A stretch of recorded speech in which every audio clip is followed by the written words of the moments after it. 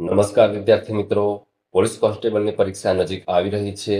તૈયારી પર ફોકસ કરજો, સફળતા 100% મળશે.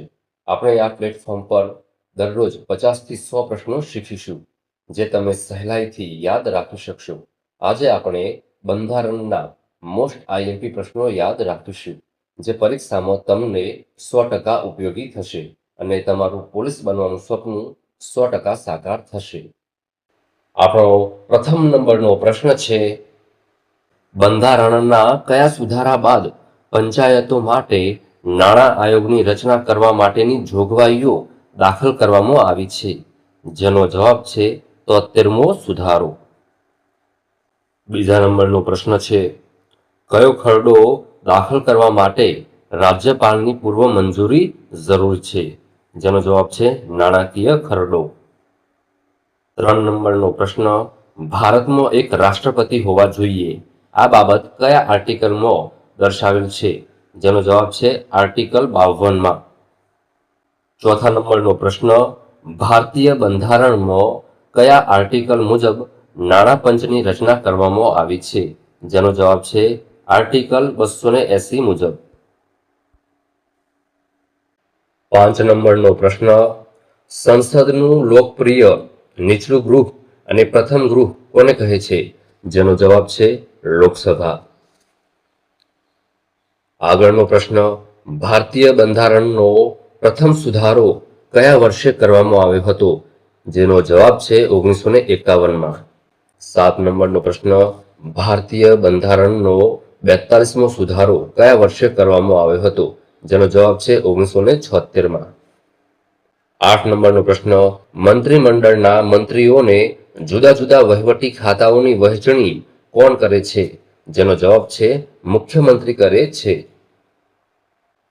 9 નંબરનો પ્રશ્ન, ભારતના બંધારણમાં મૂળભૂત અધિકારો કયા દેશના બંધારણમાંથી લેવામાં આવેલ છે? જવાબ છે અમેરિકામાંથી લેવામાં આવેલ છે. 10 નંબરનો પ્રશ્ન, નાણાં વિધેયકોની વ્યાખ્યા બંધારણની કઈ કલમમાં કરવામાં આવી છે? જેનો જવાબ છે કલમ 110માં. 11 નંબરનો પ્રશ્ન, ભારતમાં સંસદીય લોકતંત્ર વ્યવસ્થા છે, જેમાં કેન્દ્રીય મંત્રીમંડળ કોને જવાબદાર છે? જેનો જવાબ છે લોકસભાને જવાબદાર છે. 12 નંબરનો પ્રશ્ન, રાજ્યસભાની પ્રથમ બેઠક ક્યારે થઈ હતી? 13 મે 1952માં થઈ હતી. 13 નંબરનો પ્રશ્ન, રાષ્ટ્રપતિ દ્વારા રાજ્યસભામાં 12 સભ્યોને નામાંકિત કરવા માટેની જોગવાઈ કયા દેશના બંધારણમાંથી લેવામાં આવી છે? જવાબ છે આયર્લેન્ડના બંધારણમાંથી. રાજ્યસભામાં નિમાયેલ પ્રથમ મહિલા અભિનેત્રી કોણ હતા? નરગિસ દત્ત હતા. 15 નંબરનો પ્રશ્ન, પ્રોટેમ સ્પીકર બનવા માટે રાષ્ટ્રપતિ કોની નિમણૂક કરે છે? જવાબ છે સૌથી વધુ સમય સાંસદ રહેનાર વ્યક્તિની નિમણૂક કરે છે. પ્રોટેમ સ્પીકરને શપથ કોણ લેવડાવે છે? આપણા રાષ્ટ્રપતિ શપથ લેવડાવે છે.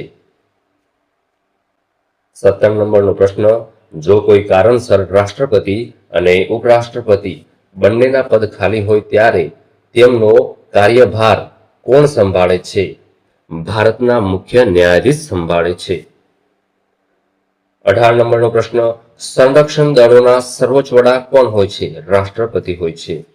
19 નંબરનો પ્રશ્ન, અખિલ ભારતીય ન્યાયિક સેવાઓ ઊભી કરવાની જોગવાઈ કયા આર્ટિકલમાં કરવામાં આવી છે? જવાબ છે આર્ટિકલ 312માં. 20 નંબરનો પ્રશ્ન, ભારતનું બંધારણ ઘડવા માટેની ખરડા સમિતિના અધ્યક્ષ કોણ હતા? જવાબ છે ડોક્ટર ભીમરાવ આંબેડકર હતા.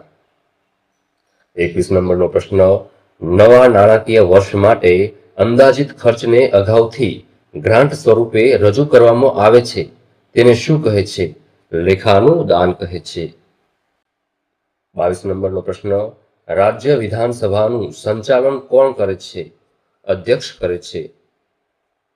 23 નંબરનો પ્રશ્ન, ગુજરાત વિધાનસભાનું નામ કયા મહાનુભાવના નામ પરથી રાખવામાં આવ્યું છે? વિઠ્ઠલભાઈ પટેલ. 24 નંબરનો પ્રશ્ન, એડવોકેટ જનરલની નિમણૂક કેટલા સમય માટે થાય છે? જવાબ છે રાજ્યપાલની ઈચ્છા હોય ત્યાં સુધી. 25 નંબરનો પ્રશ્ન છે બંધારણની કઈ કલમ હેઠળ રાષ્ટ્રપતિની સત્તાઓ અંગેનો વટહુકમ જાહેર કરવામાં આવેલ છે? જવાબ છે કલમ 123 મુજબ. 26 નંબરનો પ્રશ્ન કોઈ પણ માન્ય રાજકીય પક્ષનું નામ અને પ્રતીક સ્થગિત કરવાની સત્તા કોને છે? જેનો જવાબ છે ચૂંટણી આયોગને. 27 નંબરનો પ્રશ્ન ભારતીય બંધારણને સમજવાની ચાવી બંધારણમાં ક્યાં આપવામાં આવી છે? જવાબ છે બંધારણના આમુખમાં આપેલ છે. 28 નંબરનો પ્રશ્ન ભારતમાં બંધારણ ઘડવા બંધારણ સભાએ પોતાનું કાર્ય ક્યારે શરૂ કર્યું હતું? જવાબ છે 9 ડિસેમ્બર 1946માં. 29 નંબરનો પ્રશ્ન જ્યારે રાજ્યની વિધાનસભાનું વિસર્જન કરવામાં આવે છે ત્યારે કાયદો ઘડવાની સત્તા કોની પાસે હોય છે? સંઘ સંસદ પાસે હોય છે. 30 નંબરનો પ્રશ્ન બંધારણમાં 74માં સુધારા અન્વયે કયા આર્ટિકલમાં નગરપાલિકાઓ બાબતની જોગવાઈઓ કરેલી છે? જેનો જવાબ છે આર્ટિકલ 243માં. વિદ્યાર્થી મિત્રો, વિડીયો તમને ઉપયોગી થતો હોય તો વિડીયોને લાઈક કરી દેજો અને તમારા મિત્રો સાથે શેર કરજો. ચેનલ પર નવા હોય તો પ્લીઝ ચેનલને સબસ્ક્રાઇબ કરી લેજો. 31 નંબરનો પ્રશ્ન બંધારણના કયા ભાગમાં બંધારણીય સુધારાઓની જોગવાઈઓ કરેલી છે? જવાબ છે ભાગ 20માં. 32 નંબરનો પ્રશ્ન બંધારણીય સુધારા કેટલા પ્રકારે થાય છે? જવાબ છે 3 પ્રકારે થાય છે. 33 નંબરનો પ્રશ્ન કયા બંધારણીય સુધારાથી રાષ્ટ્રીય કટોકટી માટે સંસદની મંજૂરીને અનિવાર્ય બનાવવામાં આવી છે? તો જવાબ છે 44મો બંધારણીય સુધારો.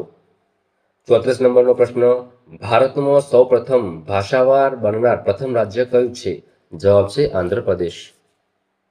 35 નંબરનો પ્રશ્ન જિલ્લા આયોજન સમિતિમાં ચૂંટાનાર સભ્યોની ચૂંટણી કોણ કરે છે? કલેક્ટર કરે છે. 36 નંબરનો પ્રશ્ન સર્વોચ્ચ અદાલત ભારત સરકાર અને એક કે વધુ રાજ્યો વચ્ચેનો વિવાદ ચલાવી શકે છે.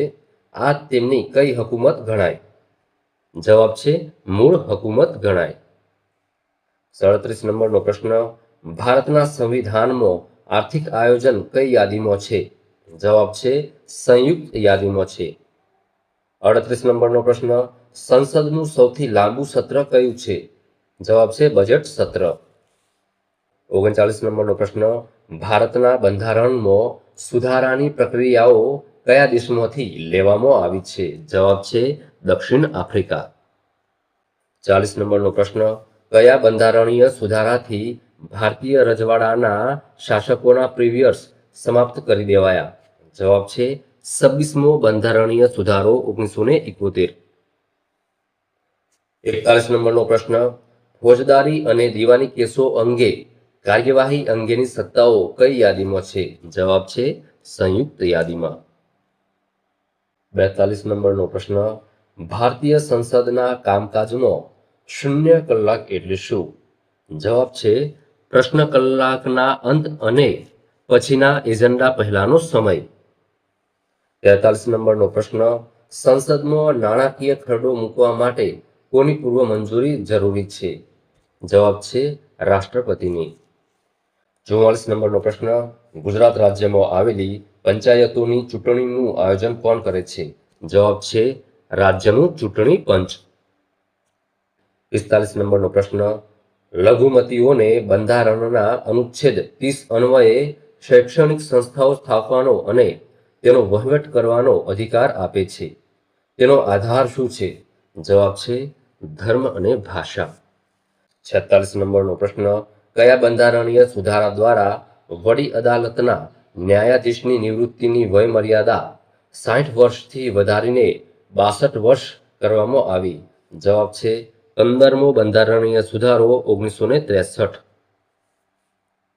47 નંબરનો પ્રશ્ન 42મો બંધારણીય સુધારો કઈ સમિતિની ભલામણને આધારે કરવામાં આવ્યો હતો? જવાબ છે સ્વર્ણસિંહ સમિતિ. 48 નંબરનો પ્રશ્ન રાજ્યસભાના સભાપતિ તરીકે હોદ્દાની રૂએ કોણ હોય છે?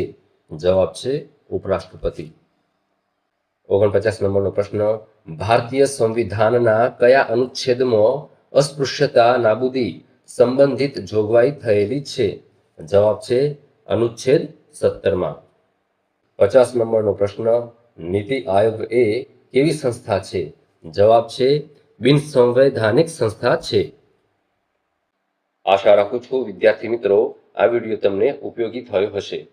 વિડીયો તમને ઉપયોગી થયો હોય તો વિડીયોને લાઈક કરી દેજો અને તમારા મિત્રો સાથે શેર કરજો. ચેનલ પર નવા હોય તો પ્લીઝ ચેનલને સબસ્ક્રાઇબ કરી લેજો. મળીએ છીએ બીજા આવા નવા વિડીયોમાં. ત્યાં સુધી તમારું ધ્યાન રાખજો, તૈયારી પર ફોકસ કરજો. જય હિન્દ, વંદે માતરમ.